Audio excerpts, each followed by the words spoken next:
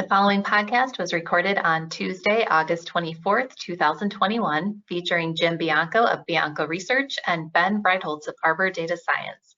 To hear the podcast in real time, you can sign up for a free trial at biancoresearch.com or arborresearch.com or by emailing Gus Handler directly at gus.handler@arborresearch.com. You can also call Arbor Research and Trading at 1-800-606-1872. Thanks for your time and enjoy the podcast. Welcome everyone to the latest edition of Talking Data. Our Talking Data series seeks to offer timely insights into macro market themes along with macro data and its impact on the economy and markets. I'm your host, Kristen Radosh of Arbor Research and Trading, joined today by Jim Bianco of Bianco Research and Ben Breitholtz of Arbor Data Science. Today, Jim and Ben will discuss Jackson Hole meeting, core CPI, and the dollar. Powell will be speaking later this week at Jackson Hole. Jim, what are your expectations? Twofold expectations. First of all, he's going to probably announce that they're going to begin the taper. The taper is that they buy $120 billion worth of securities a month, that they'll go down most likely to 110 for a month, 100 for the next month, 90 for the next month, and over the period of 1 year, eventually end their purchases. That's to be expected. The quibble on Wall Street is whether he starts it in January or starts it in November. I don't think that matters as much. What would be a big surprise is if that is not what he announces. But I think what he's going to announce also is what I'll refer to as off-ramps. Let's back up. The two things that have really impacted the Fed's thinking was in 2013, there was the taper tantrum. That was when they announced that they were going to taper, then reduce their purchases without really telling Wall Street it was going to happen, and it freaked out. And then there was the automatic pilot problem in 2018. In December of 2018, they also announced another taper that was expected, but Powell kept using the phrase automatic pilot, leaving you with the impression of we've announced we're going to start tapering. It's on automatic pilot. Nothing is going to change this. And the market didn't like that. And 2 weeks later, he had to come out and say the Fed will be patient and flexible. So I think that they're going to probably give some version of patient and flexible, which I'll call off ramps. Well, if Delta does this, the economy does that, payrolls do this, or some other scenarios, they'll alter what they're going to do, or maybe not taper at all. And so I think really the takeaway from the speech will be not that they've announced a taper, but whether or not these off-ramps are realistic in that, okay, one of them might actually happen and that they'll have to change course rather quickly. Yeah, I agree. I think the negative consequence, the negative possibilities is what's going to matter for markets. And as we all know, they've been building consensus, they being the Federal Reserve, for the past maybe couple months for the taper to actually take place. Maybe he announces it, maybe he doesn't. Maybe Jim's right, and we get some kind of loose explanation that it's coming, to start potentially early next year. But what I've been watching really is just kind of their plain old language. Three things: one, how much agreement is there? How passive are they in their language? And then how much are they talking about transitory conditions of inflation? And so the first one, agreement, has been low. Jim's highlighted this too.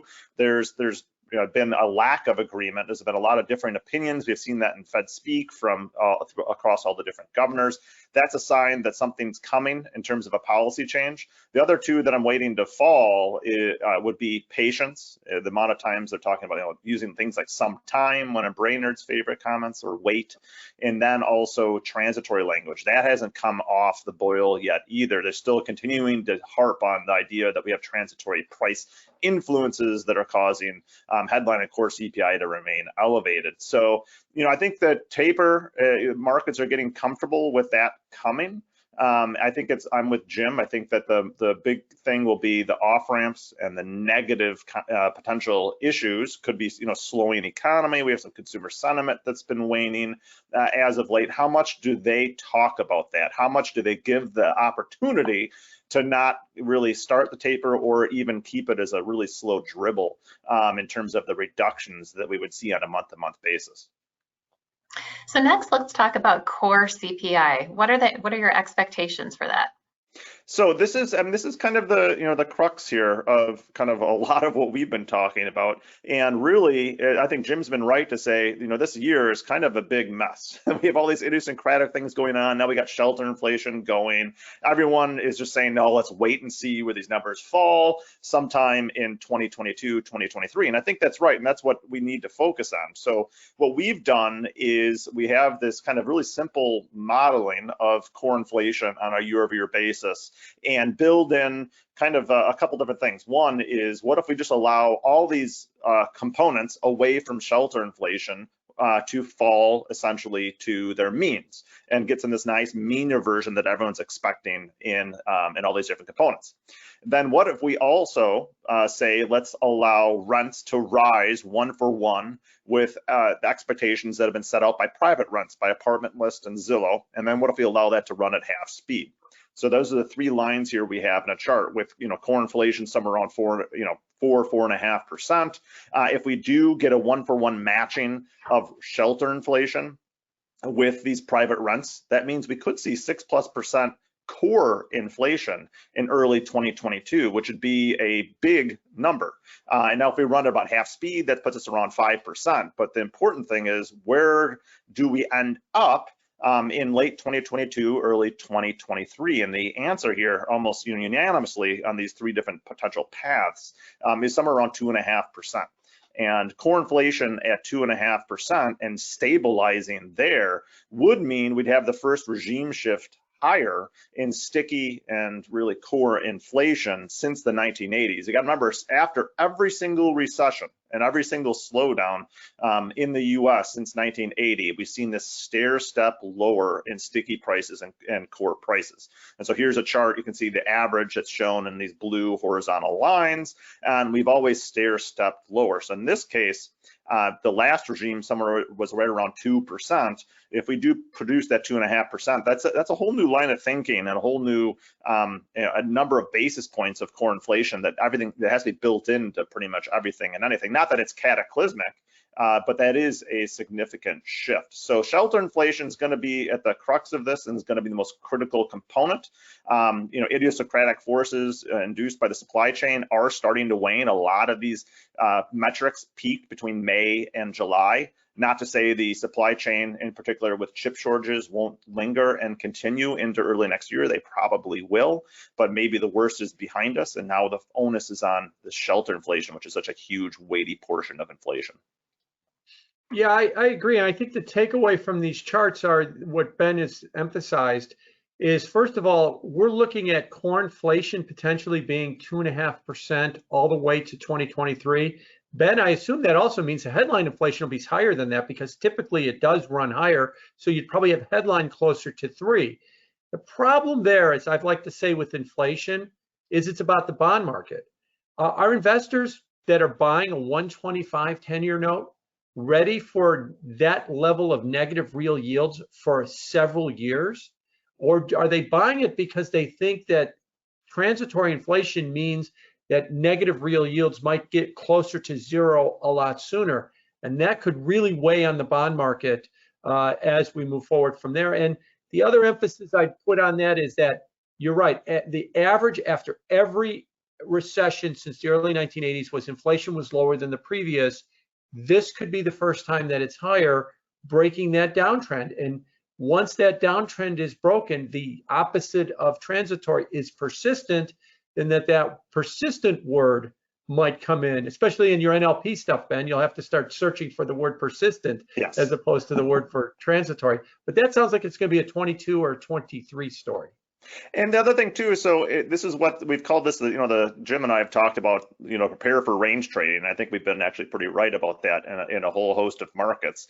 But it's a whole level of confusion. And what's kind of interesting about the inflation expectations market, and I think we have a chart here showing ETF flows relative to flexible CPIs. Investors, typically chase flexible inflation, on a 3-month annualized basis. And so the flows, if we look at it into tips relative into nominals, will either lead or lag the realized flexible inflation. But this time around, right now, which is kind of bizarre, is we have this huge, shot in the arm of flexible inflation, well over 20%.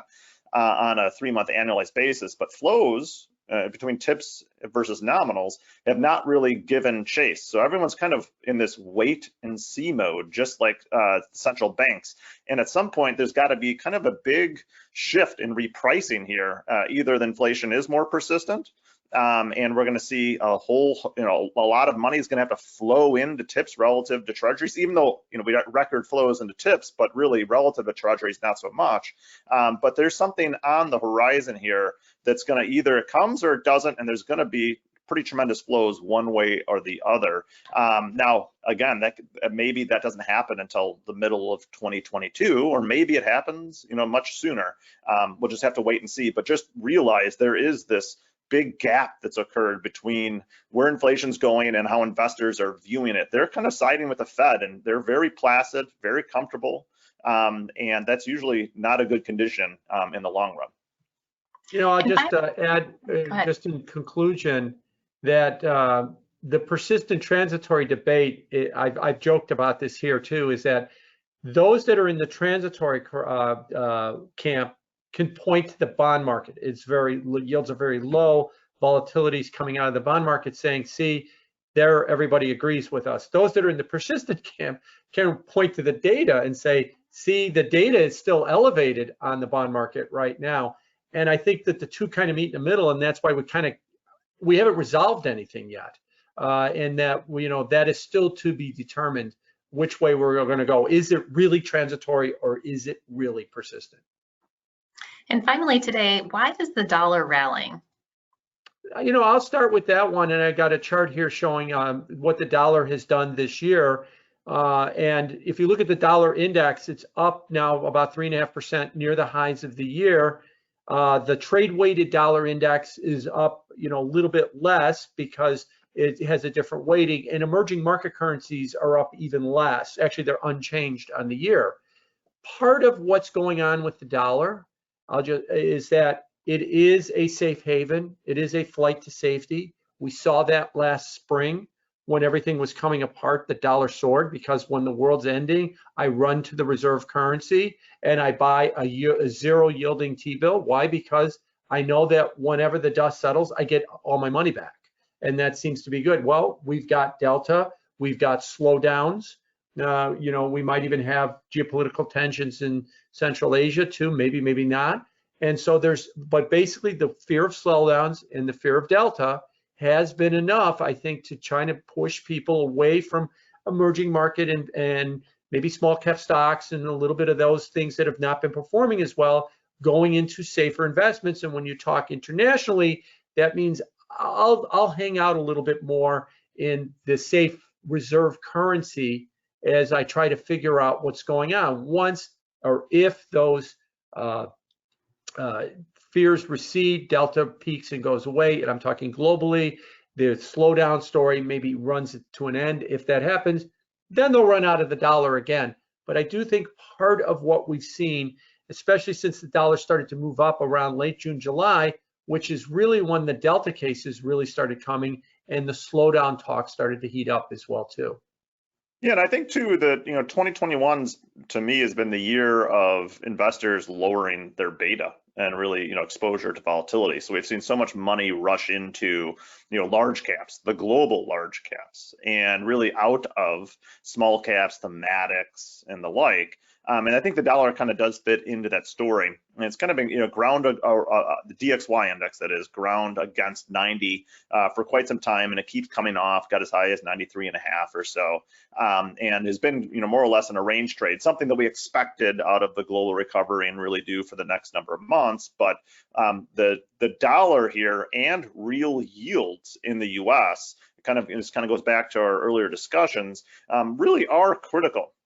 In that, if the dollar is able to really catch some wind and actually rally at the same time that real yields get moving. So think about if we do get the taper and we do end up getting real yields to come off the, essentially these dastardly low negative levels and get them to move, that's kind of a bad situation for risk assets. It's pretty much everything and anything. So one of the big risks that is lingering out there, not saying it's definitely going to happen, but it could, is the dollar does finally break this range, pushes higher, could be on the heels of some bigger risks or negatives that occur to the economy, but it could also be the Federal Reserve moving faster than other central banks to reining in their easy policy. And again, if you look back, we have these charts here looking back to 2004, and at the weekly returns when we get the dollar to rise and real yields to rise at least a standard deviation above average,